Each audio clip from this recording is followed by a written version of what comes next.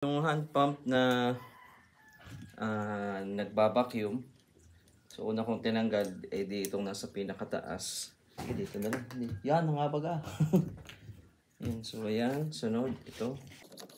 Basta mahalaga, pagka yung stainless at saka itong brass na kulay na ito, lagi lang yan, lagi lang yung dipihit. Ito halos ay roscas. Ayan, sunod, ito na, yung body. Ayan natin. Kailangan naman natin dito, nasa loob nito, hindi natin kailangan tanggalin dito sa base. Yan, tumatak na siya.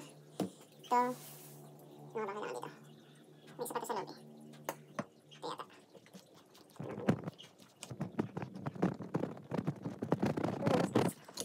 Ayan. Okay. Kaya naman ako natatamad kasi maraming oil. Tapos ito na lang yung last. So ginagamit ko para makalas itong part na to.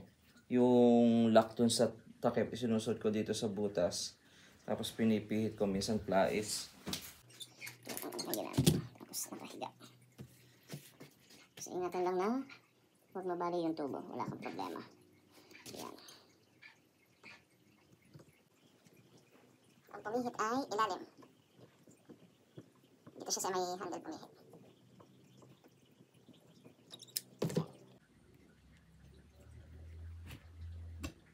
Yun. So, ayan.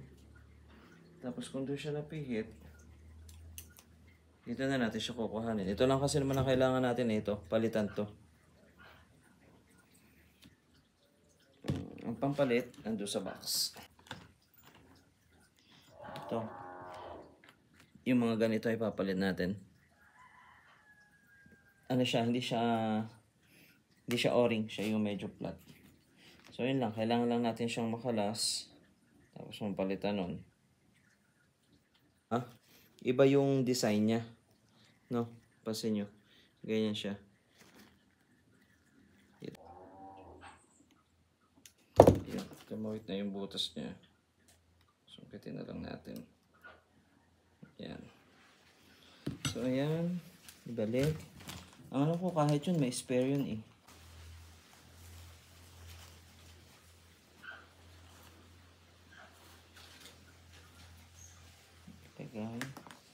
So, intention dito dapat lapat.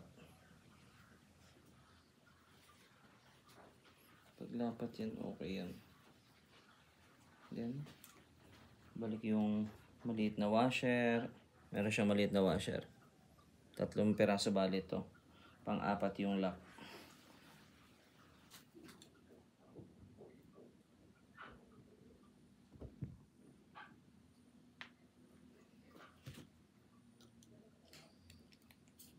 Hindi masyadong masikip.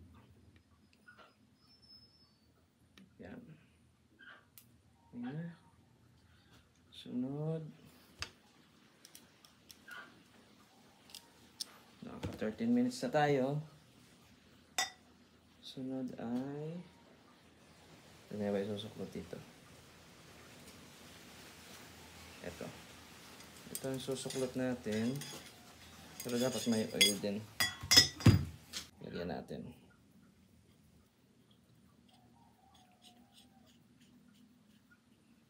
Tapos ito, dapat itong part na to mahigpit. Pag ito nalulus, medyo mahirap lalong trabaho. So kailangan may pihit na maganda dito.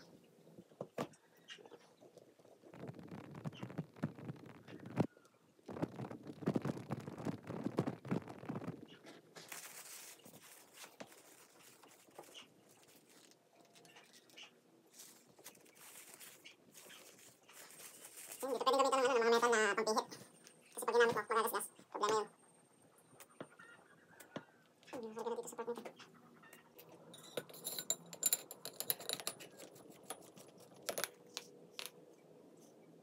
So kung nakalimutan tayo ikabit, hindi na mahirap dito. Pag nakalimutan tayo ikabit, edi, kalas. So formula, ito kaya. Ito, dito. Pag ito kasing lobang hindi ko nahila, mas mahirap. So hilahin ko lang ito ng kaunti.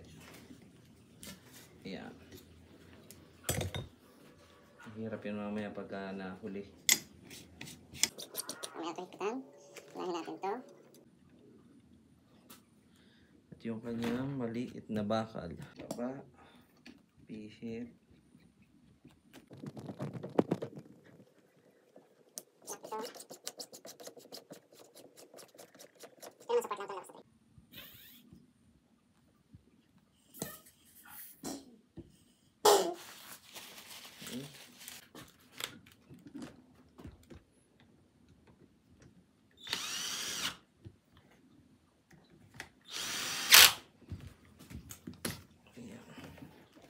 Check.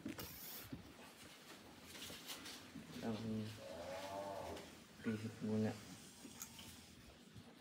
Okay, then testing tayo. Sana gumana. Pag hindi gumana, ulit lang. Kung may konting ganit pataas.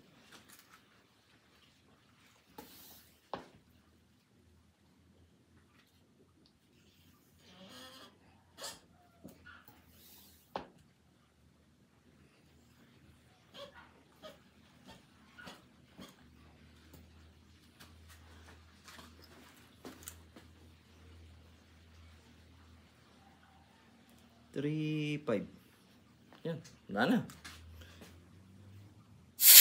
Blast. Ganun lang naman kadaling kalasin to. Tinamad lang.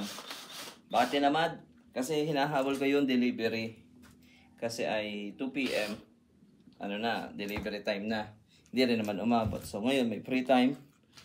Pwede ako magbaklas. Yan po.